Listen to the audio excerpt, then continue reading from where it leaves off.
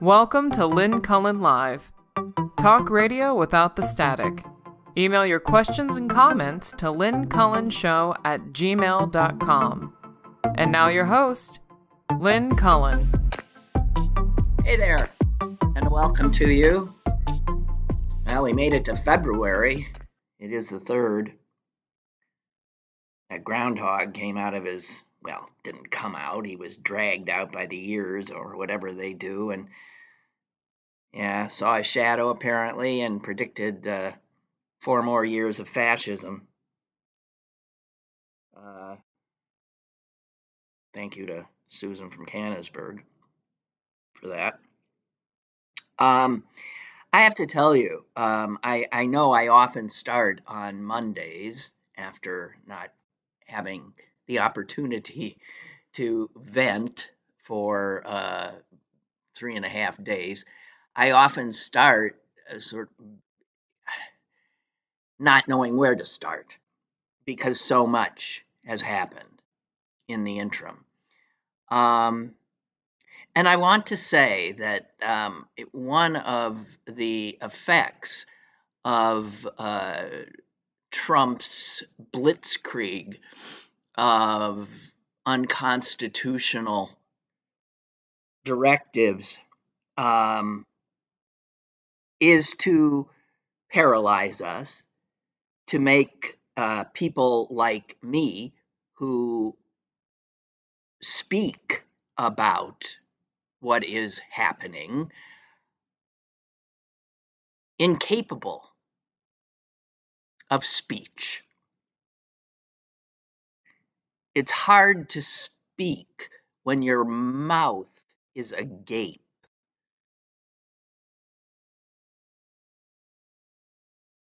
And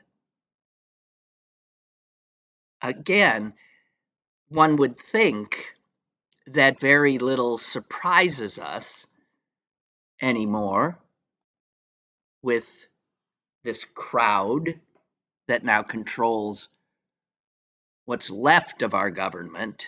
Clearly, they are intending to destroy it.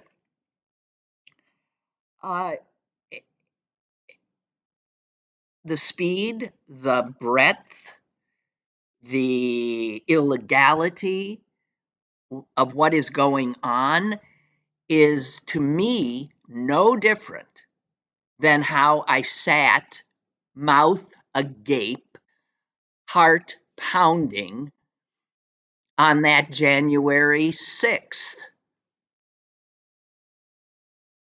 when his minions attacked our own capital.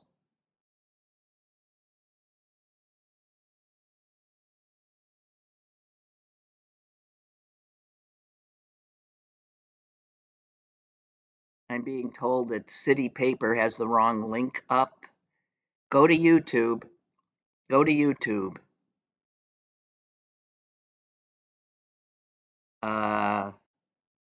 Yeah. Look at the date if you're hearing something. Well, if you're hearing something, it sounds you're not hearing me now. Never mind. Whatever. Nothing I can do about that. YouTube. But of course, when I'm saying that, the people I'm trying to reach. All right, just shut the fuck up. What we are seeing occurring right now is another coup, essentially. Taken together. Can't see the forest for the trees with this crowd. You're looking in outrage over here, and then within an hour, you're looking in outrage over there. Meanwhile, another fire has sprung up behind you, and you are so discomfited, discombobulated, and you cannot see the forest for the trees. I'm telling you, the forest is essentially a coup d'etat, not unlike January 6th, only worse. That rabble had no real power. The rabble currently attacking our government has immense power, and they are taking power that they do not have and employing it, and essentially saying to all of us, stop us if you can.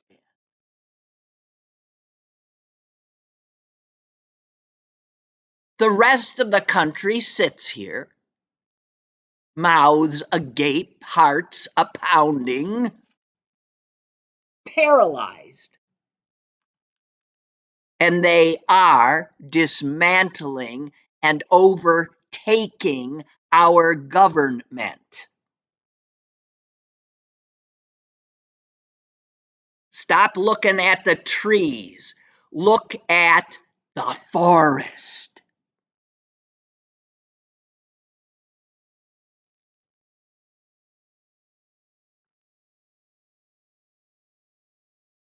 It is something.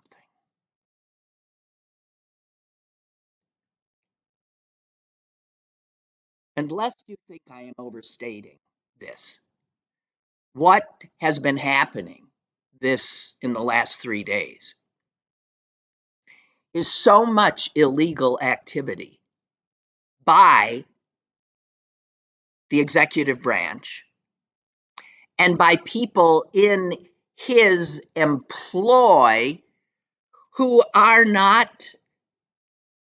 taken no oath, who are not legally representative or representatives of the government. I speak mostly, of course, of Elon Musk.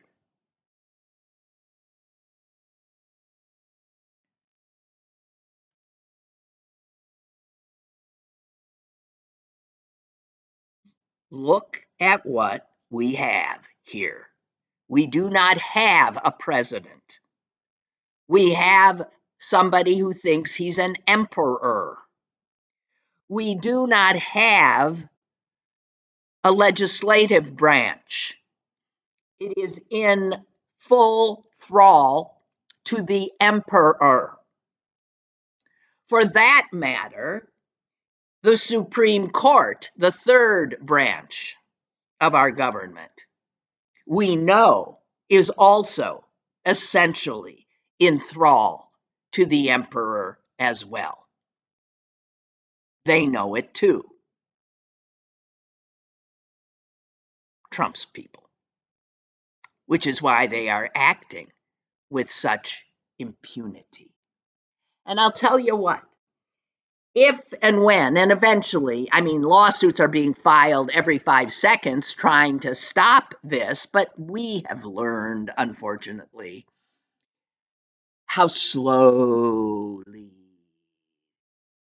the legal system works and how easily Trump and his minions can slow it down even further.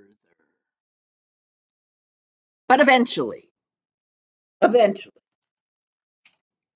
probably too late. Some of these lawsuits are going to get heard. The judge will say, this is illegal. This is unconstitutional. Stop it immediately. And you know what's going to happen? He won't. Which will set off what? Another lawsuit. Right? He is going to ignore, as he already is. Why would he listen to some judge? He listens to no one. He is the emperor.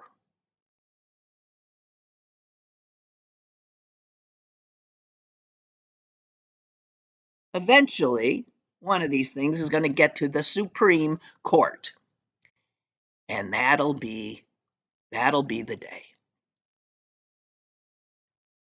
Because it could just be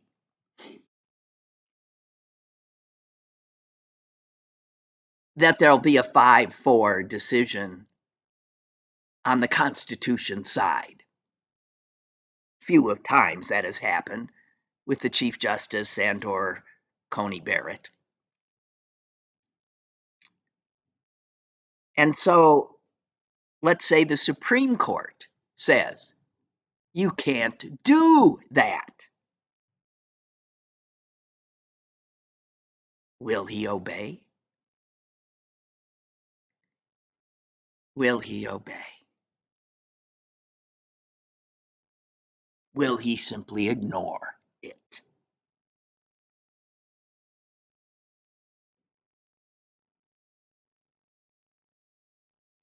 Unfortunately, eventually, we are going to find out the answers to these questions. I have to say, I saw one quote that blew me away. It was by one of his supporters in a position of some authority, and he was anonymously acknowledging that he was surprised by the depth and breadth and norm breaking actions being taken with warp speed. And he was quoted on NBC saying this: some of this stuff has only been talked about at cocktail parties at the Heritage Foundation, and then even in jest. Yeah, at the guys who came up with Project 2025. Laughingly, you can see them drinks in hand saying, hey, how about if we get Elon Musk and we send him into the USAID and Treasury and force them to give him the keys to all the total secure devices that will open up absolutely every nut and bolt of the US Treasury. And then they'd laugh. Jeez, in our dreams. He said, yeah, this is the kind of thing we used to laugh about. I mean, couldn't imagine happening. And he said, and they're actually doing it all. Yeah. Which begs the question, what are we doing?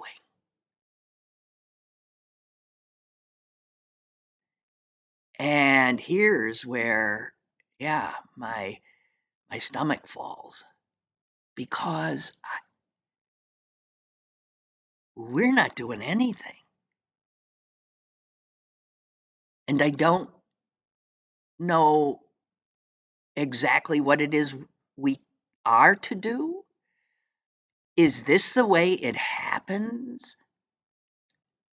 That a democracy is destroyed with the majority of its citizens just looking on with their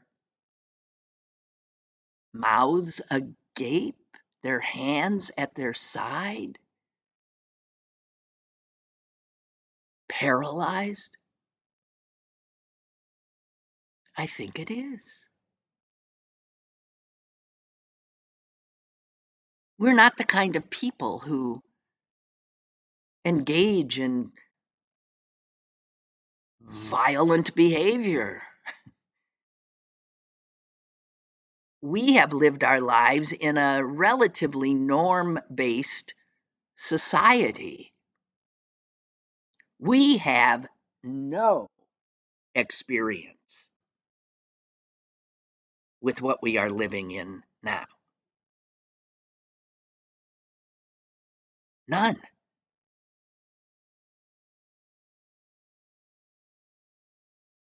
I'll tell you what, I don't know what to do. but I sure as hell don't want to be part of the group doing nothing because they don't know what to do. I keep waiting for something, somewhere, somebody, somewhat, and it ain't happening yet. Granted, we aren't even 3 weeks into this nightmare. I saw a letter to the editor of the New York Times by one John Arbutel Jr. of Malvern, PA. John is one of the voters in this Commonwealth who gave our electoral votes to the emperor. And he wrote a letter. What got him to write was the plane crash in D.C. And he wrote this: I voted for President Trump in the most recent election, and I'm having a really hard time coming to grips with that decision. Oh, John, you're having trouble coming to grips with your decision?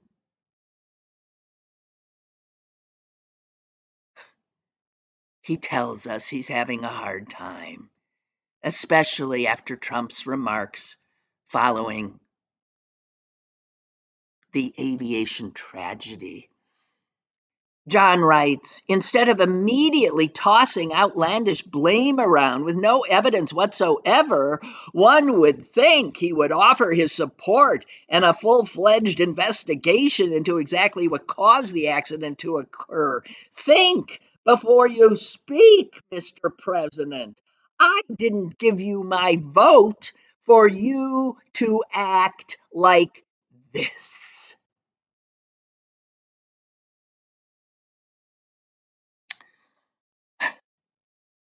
John, had you not seen him as president before? What? I guess you could look at this letter and say, oh, well, this is good. Here's someone who voted for him who's already not even 3 weeks in saying, what the fuck? This isn't why I voted for you. Now, we can figure that we can multiply John's distress by quite a bit. But my question to you is, so what? He's president, or emperor, I mean. And he will be for 4 more years. And we've already learned that efforts to remove him go nowhere because, again, that requires the Congress. And the Congress is in his pocket. So there is no way to get him out. And while he's in, he will continue apace the grifting, the dismantling, the destruction. And if the people who put him there, like John in Malvern, are feeling bad, it doesn't do us any good. We all make mistakes, but some mistakes made in the aggregate that result in the chaos we are seeing now. Some mistakes, I don't know if they're forgivable.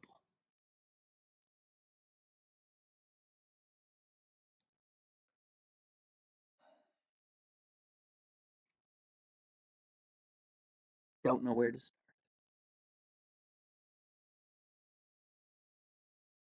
I mean, we could start chronologically. I could start with what was the first? Well, the first was, probably the airplane crash. And unlike Trump, I'm not going to blame it on him, but I am going to point out a timeline of sorts. The day he took the oath of office, January 20th, his best buddy, Elon Musk, fired the FAA director. Seriously. Elon Musk, who holds no position, elected position in the country, strong-armed the head of the FAA out. So, no head of the FAA. The next day, a freeze is instituted on the hiring of any air traffic controllers.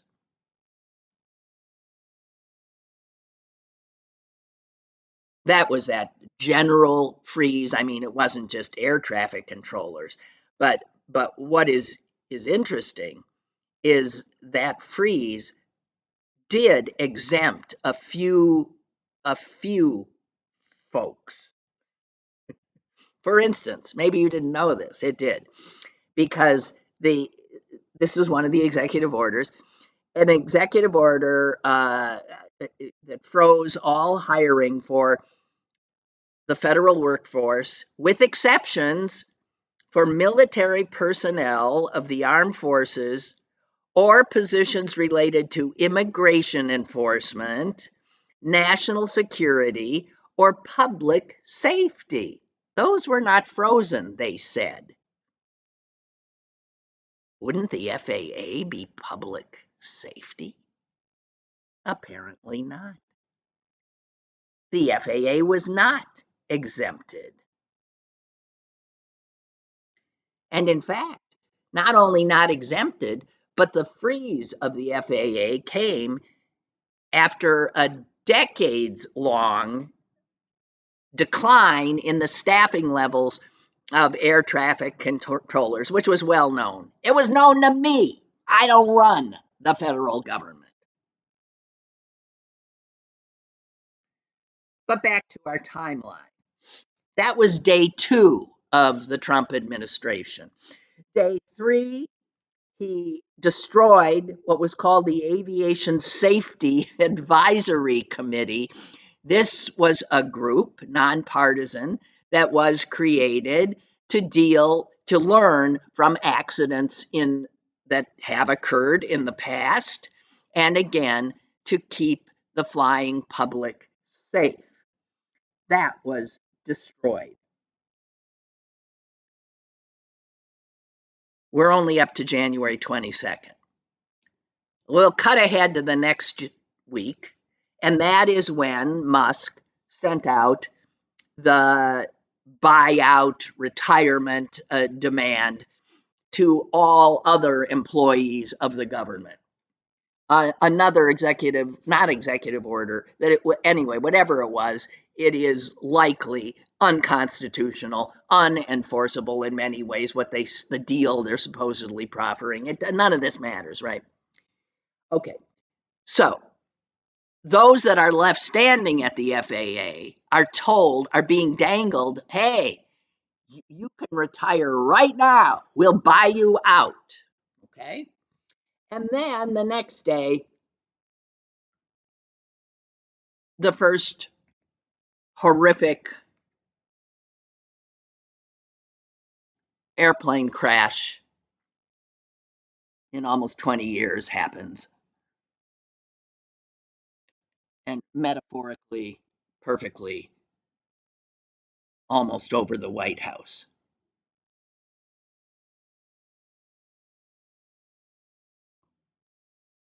But Trump said it's DEI.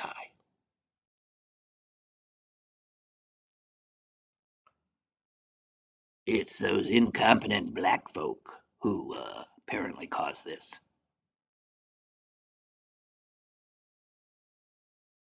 You can't make it up. Okay, so that's one of the trees I was, staring at this weekend, as were you, no doubt. And then the tariffs. The tariffs. I'm not going to debate tariffs here. I'm just going to say it doesn't strike you as odd that the two nations that we're attacking, essentially, not militarily yet, but attacking, unprovoked attack, are two of our allies, and not just that, our two biggest, essentially, trade partners, which is to say, our economy and the Mexican economy and the Canadian economy are inextricably linked.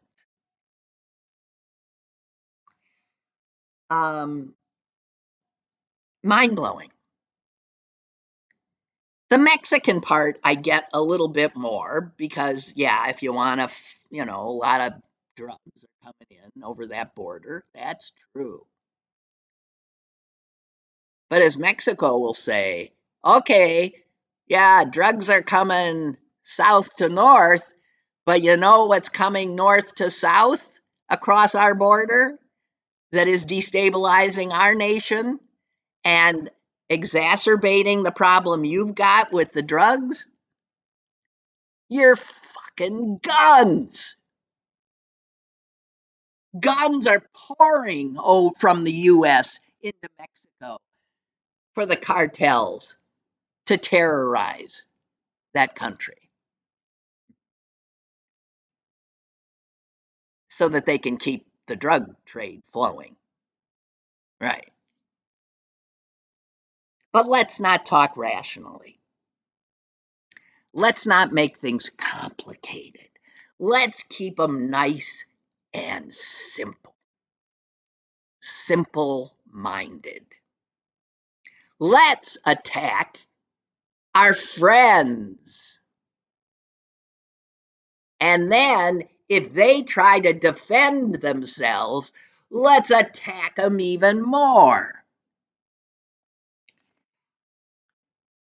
I was looking at a chart of what Canada and Mexico, what they're responsible for in terms of the stuff we buy. It's mind-blowing. Let's just do food. Let's do food. 50%, half of all the vegetables that come into this country come from Mexico. Those veggies just got a whole bunch more expensive.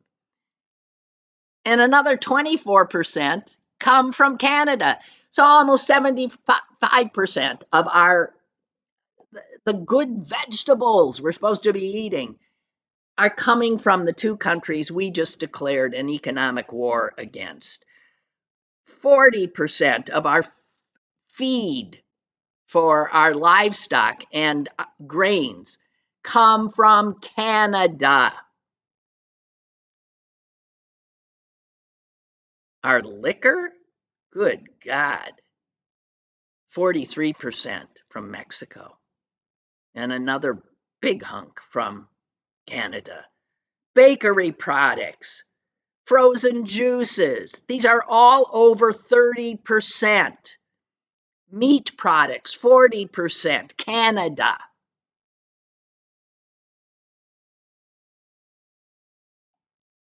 And Trump got elected because he understood how people were suffering at the grocery store?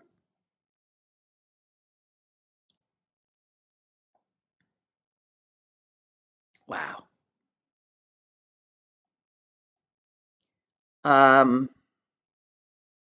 And then there's things like trucks. 80% of trucks, buses, special purpose vehicles, either, you can't build them here without a number of cross-border things from Mexico. 80%. Automobile accessories, 40% from Mexico. And then the next biggest is Canada. It makes sense. They're right there, right? So transportation costs are reduced substantially. More than half of all the goods classified as automotive come from Canada and Mexico.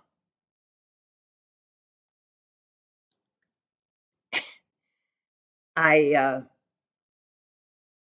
want to read you what two prime ministers of Canada said. One was an old one. He's 91 years old. And this is a 91-year-old who's obviously his head is still. I'll put his 91-year-old brain up against our emperor's, whatever it is, 79-year-old brain, without a doubt. Because he starts this letter saying, today is my 91st birthday. And he is so blown away at what the United States has done. And he says this specifically to Trump. If you think that threatening and insulting us is going to win us over, you really don't know a thing about us. You don't know that when it came to fighting in 2 world wars for freedom, we signed up both times, years before America did. True. We fought, we sacrificed well beyond our numbers. True. We also had the guts to say no to your country when it tried to drag us into a completely unjustified war in Iraq. True. We look easygoing, mild-mannered, but make no mistake, we have spine and toughness. And then he goes after the Canadian current government saying, show it, show it. This, by the way, I didn't even identify him, is Jean Chrétien. I don't remember him.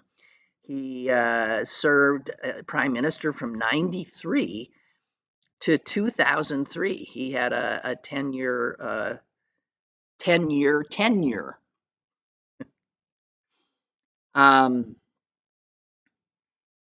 he's smart about what they should do. He's talking now to the rest of the so-called America's allies, and he says, we have to understand that Trump isn't just threatening Canadians. He's targeting a growing list of other countries, as well as the EU, and he's just getting started. Canada, he says, should quickly convene a meeting of the leaders of Denmark, Panama, Mexico, and the EU to formulate a plan for fighting back. These are our allies. He goes on to say every time that Trump opens his mouth, he creates new allies for us. So let's get organized. To fight back against a big, powerful bully, you need strength in numbers. The whole point is not to wait in dread for Trump's next blow. It's to build a country and an international community that can withstand those blows. That's a 91-year-old Canadian talking wisely.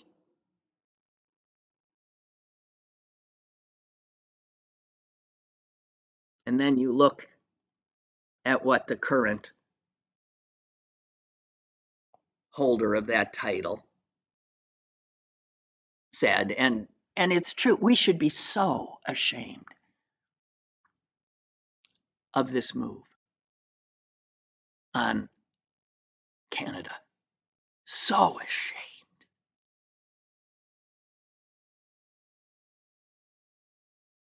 Prime Minister Trudeau said, as President John F. Kennedy said many years ago, geography has made us neighbors, but history has made us friends. Economics has made us partners, and necessity has made us allies.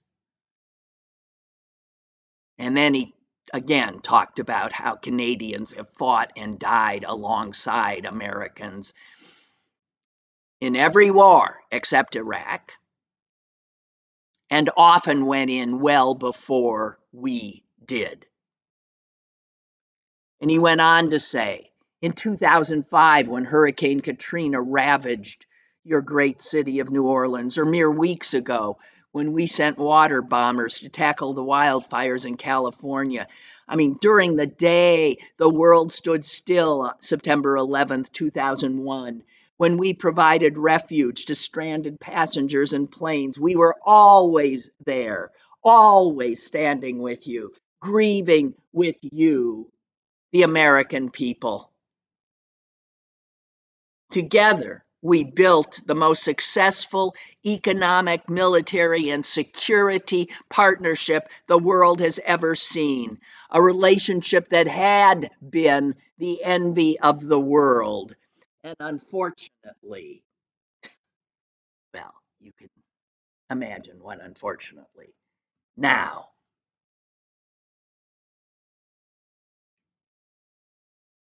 is in terrible danger.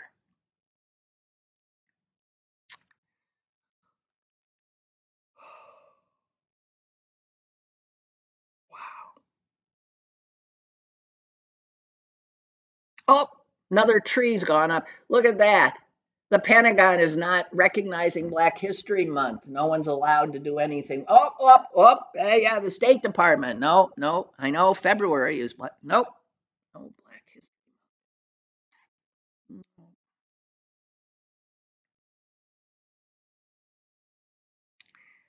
Then there was this stuff about the Treasury Department and USAID, which is the largest food assistance program in the world.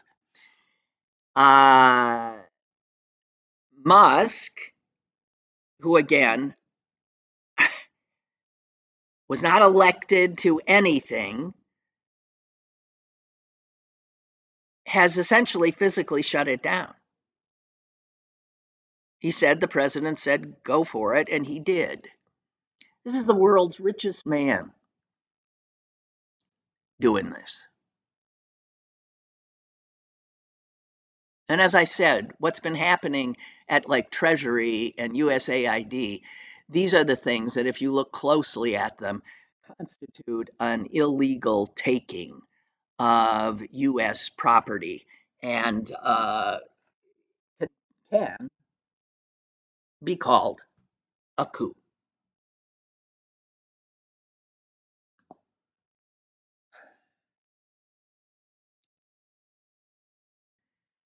Here's how one political science put it.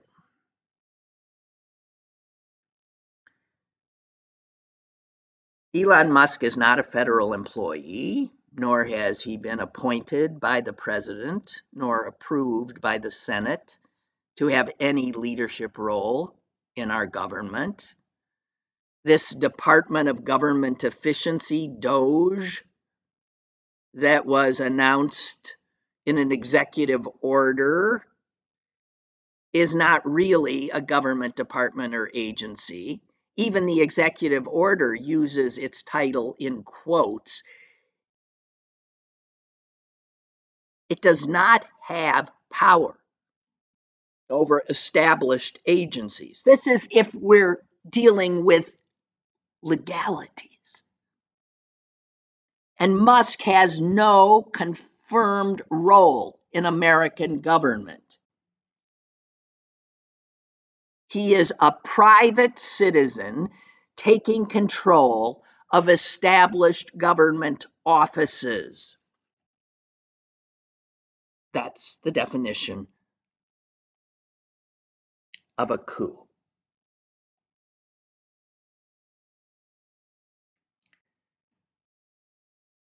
So after Musk and his minions were there, and by the way, his minions were named in some news. There were like 6 or 7 of them, engineers, who got themselves finally, after they threw out the window the security people at USAID, who got their hands on their most sensitive information and the computers, and then they went to work, probably interfacing their computers with this stuff. Understand that what the USAID security people were saying, you're not getting in there, was a skiff. You've heard of skiffs? These are these, special compartmentalized information rooms, ultra secure rooms where officials and some contractors meet when it's just top secret stuff that nobody else is allowed to. That is what Trump and his pals, his jack-booted brown shirts, went into after putting the security detail on leave. They fired him, essentially, threw him out, and then went in. And as far as we know, none of them have the kind of security clearance required to even step foot in that room, let alone tap in to the computers. A group of about 8 of them entered the building on Saturday, demanded access to every door, every lock, every floor. Only a few of them had any security clearance at all. And when the personnel there understandably attempted to block access to those areas, they were threatened that federal marshals would be called in and remove them forcibly. This is Nazi stuff.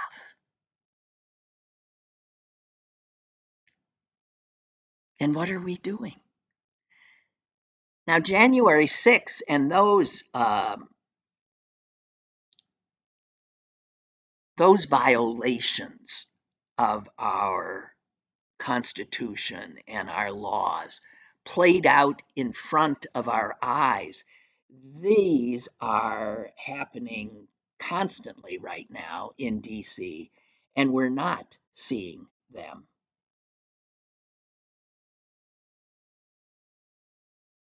We hear about them.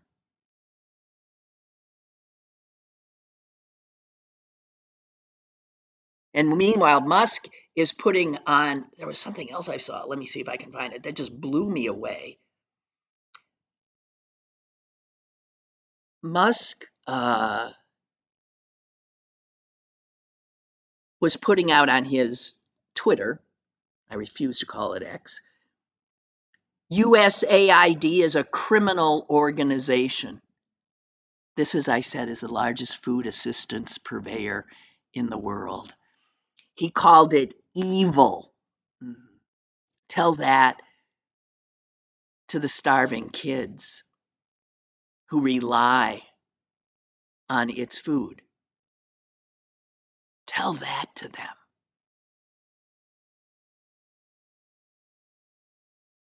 So here you have the world's richest man. And he's taking control over the inner workings of our government.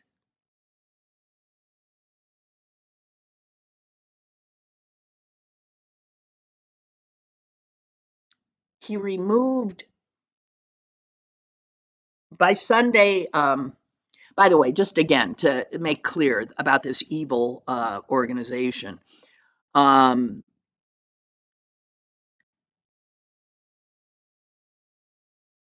it manages aid to more than 100 countries,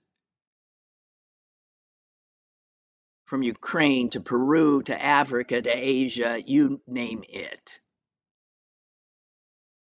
By Sunday afternoon, its Twitter account had been taken down with a message saying that the account doesn't exist because USAID, they're going to, if they continue on, will not exist. Its website has been taken down.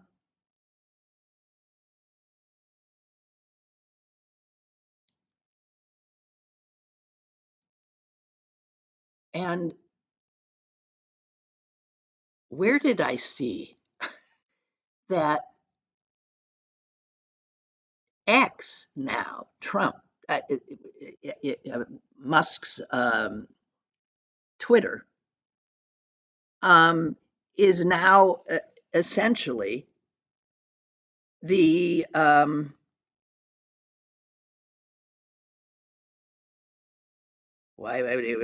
sorry, I'm sitting here trying to find something and it's not coming. Nah, I can't find it. God damn it. It's just, guys, it's so mind blowing. It, on Twitter is acting like like a national I can't explain this. God damn it. So I don't I what I said at the beginning. You make us paralyzed. This is all part of the plan. We even knowing the plan doesn't help, does it? You still get paralyzed. You still can't see the forest for the trees. I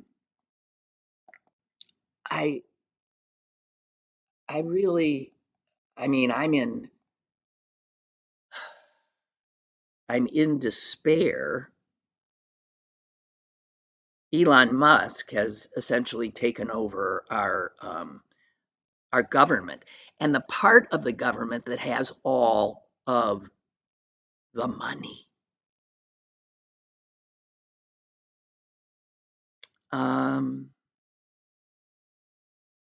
We can't. I don't think we can imagine what these guys have in mind. I ultimately.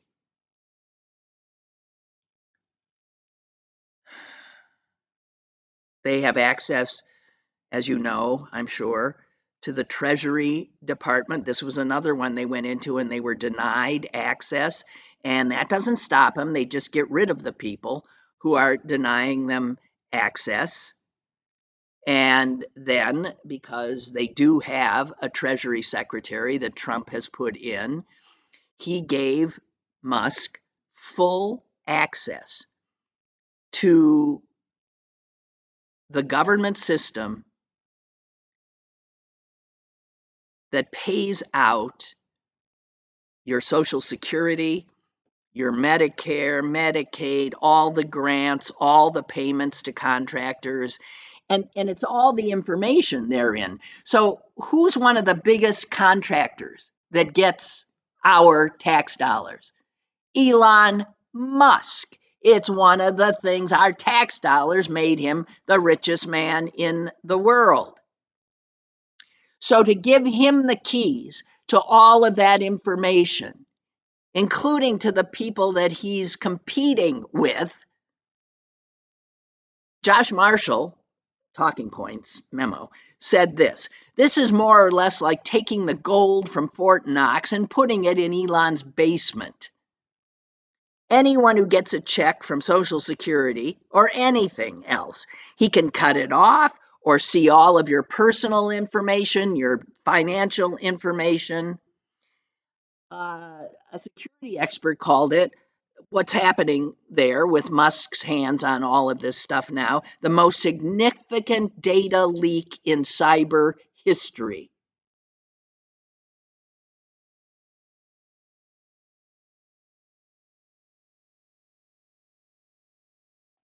Their intent is to destroy our government. Here's the thing I was looking for.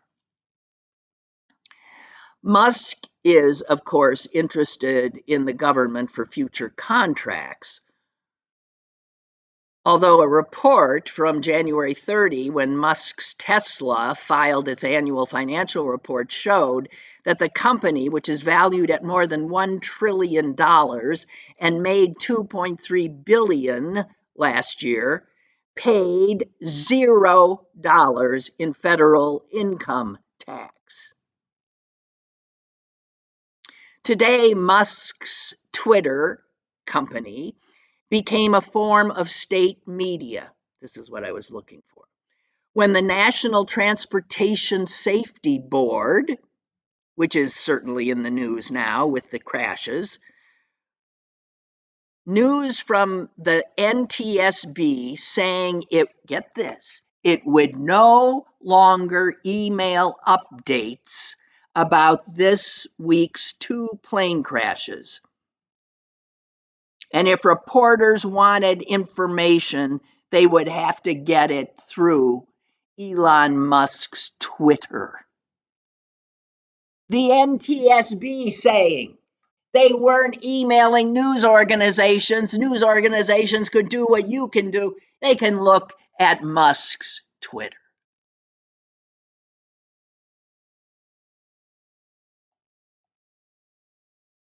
Coup d'etat.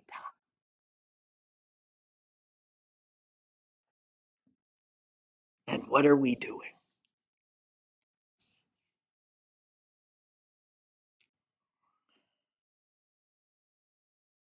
What are we doing?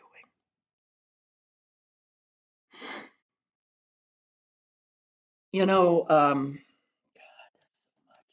and Trump, I understand a lot's being written about, well, what you see, this is all about, showing strength, and this is the way he negotiated when he was you know, a real estate, baron who ran his businesses into bankruptcy constantly. This is his negotiating tactic. You start with something outrageous and then you eventually settle for something. But for all of those who always said they wanted a businessman running the government and were told, but government is not a business. It's not the same at all. Those skill sets are not the same. You can't run the US government like a business. And one of the reasons is because these kinds of nasty business tactics that he's now employing have immediate impacts on human beings, on people, taking away their livelihoods, taking away their security, throwing them and their families into chaos. And that's what these guys are doing all over the world. And it helps that they have zero empathy. You can do this kind of thing when you don't give a damn about anybody else.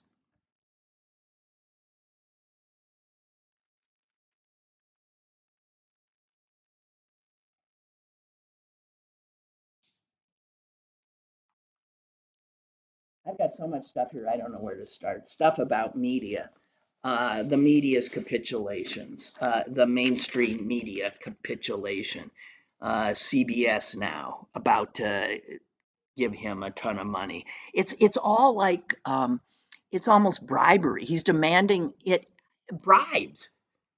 You want to keep your license. You want to make sure I don't scuttle this merger you're looking at. Well, I didn't like that interview on 60 Minutes that you did with Kamala. So, how about, yeah, give us, you give me a few $100 million or so, and then maybe this deal you want will go through. I really don't know. Out in plain sight.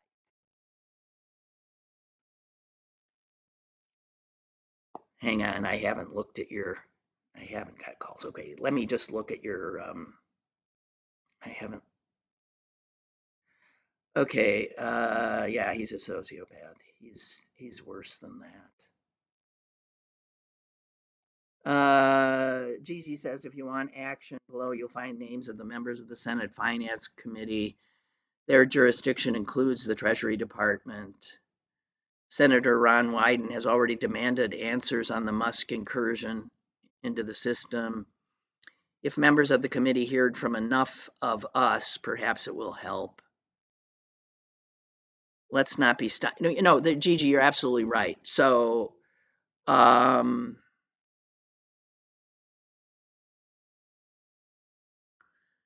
me give you the Capitol Hill switchboard, which could get you to any of these sons of bitches. But if you want to take down names, I'm just looking if there's anyone in Pennsylvania. It doesn't matter. If they start hearing from us, I have a friend who I know is just writing, sending off letters left, right, and center. And I'm saying what you want to send them to is the Republicans. They're the ones with the power. James Lankford of Oklahoma, he's up there. Chuck Grassley, God, he's 110. He's up there. And I understand he was not happy about this. John Cornyn was not happy. These are Republicans of Texas. These are some you could get to. John Cornyn, Grassley, Crapo, he's the chair, Crapo. And if you want to call, call that number. Oh, I didn't give it to you. 202 224 3121. I can give it to you again. 202 224 3121. Instead of scrolling on your screen for a little bit today, how about doing something like this? And even every day, do something like this. At least for a minute, you won't be part of the mob standing there with your mouth agape and your heart pounding.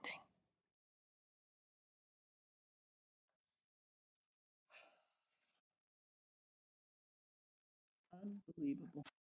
I was looking at something, I mentioned the other day how refugees, the very people that followed the rules, that didn't come in illegally, have been doing everything they're supposed to, waiting patiently for years, and finally get the go-ahead.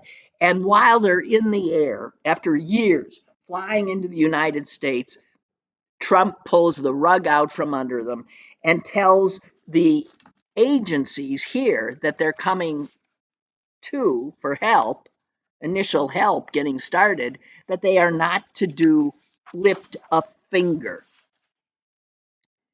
All of these agencies, one of them here is the Jewish Family and Community Services. They take in these people and help get them started. Another one is called Happy, I forget what it is, Hello Neighbor. They got a letter from this administration saying you must stop all work, not incur any new costs. And these are for people who have done everything the legal way and are being punished. And the head of the Jewish Family and Health Services says, these are, my God, we have 575 recent arrivals. These are people without jobs, without permanent housing, without their legal documents. They don't speak English, without their kids enrolled in school, without medical care. These are all the things we help them with. And we've been told you must cease. That is unprecedented, she says. It's cruel. Yes. She says all of these resettlement groups, and many of them are affiliated with religious organizations, understandably, since religions like the bishop told the president are often about helping the stranger, mercy to those in need.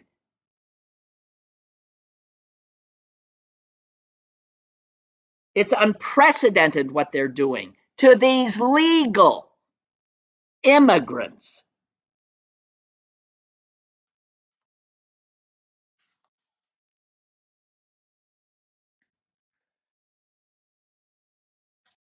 She says, we pick them up at the airport now, and what do we tell them? You're on your own? We can't help you at all?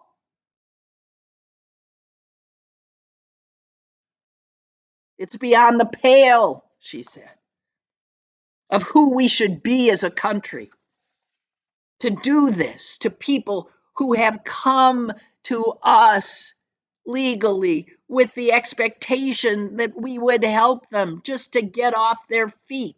This is something we've always done as a country until these bastards took power. All right, that's it. I'm done. I'll be back tomorrow. Try to. And anyone who tells me now they're not paying attention, I jump on. We gotta. Our country's being taken away from us as we watch. Good God in heaven.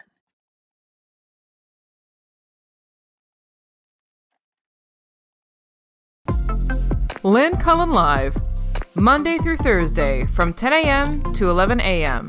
and archived at pghcitypaper.com.